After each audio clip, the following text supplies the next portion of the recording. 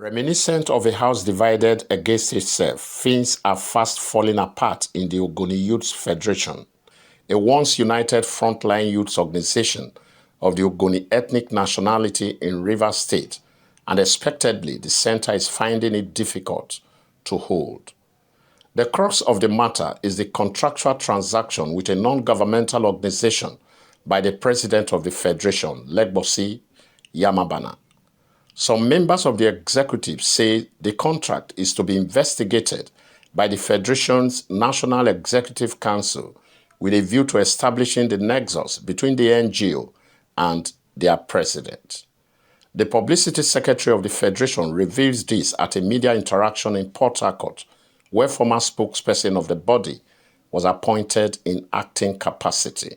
That pursuant to Article 10 sub 9 of the Constitution of the Ogoni Youth Federation, which borders on receiving, encouraging, counseling, procuring of receipt of gratifications, benefits, or other inducement from parties, group of persons, governments or its agencies, non-governmental organizations, corporate bodies, etc., without disclosing them to the Federation.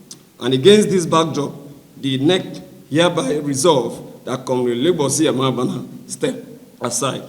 In view of the above, the National Executive Council of Ogoni Youth Federation unanimously resolved and ratified that Comrade Emmanuel Gotebie should act in the capacity of the President General, pending the outcome of the investigation against Comrade Legbosi Yamabana. But the president would not go down without a fight.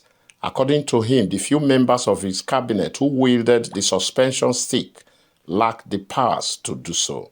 There's no need of trying to do divide and rule amongst the youths. If there are issues we are adumbrating, which are clear and germane, issues that has to do with compromise to Ogoni cleanup.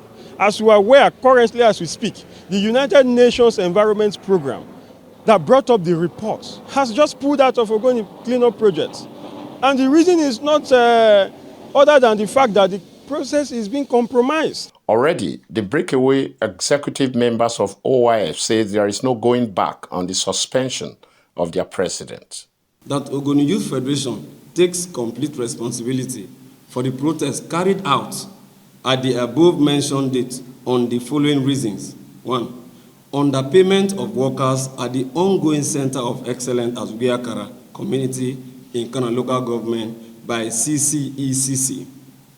2. Inadequate compensation to landowners at Ite interlocal government by the contractor handling the 100-bed space hospital. 3. Corporate social responsibility and local content components not adhered to by contractor handling high-prep jobs in Ogoni land.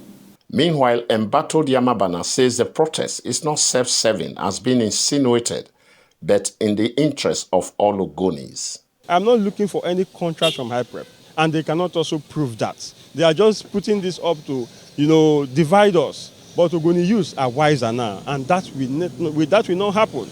That will not happen. $1 billion for this job. As of today, we got intelligence from source we cannot doubt that $800 million, amounting to over 800 billion by the current exchange rate, has been released to High-Prep. It is in its kitty. But the expenditure pattern is opaque. It's not transparent. Our people are not benefiting. Our people must benefit. Yamabana has also called on President Bola Tinubu to mediate in the brewing crisis through the office of the Minister of the Environment to calm frayed nerves. He has threatened that the youth body would have no alternative than to resume the protest in the days ahead without timely mediation.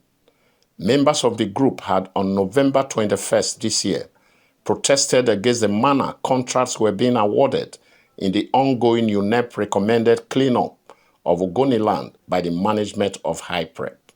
From Port Harcourt, the Rivers State capital, Andy Omano, Arise News.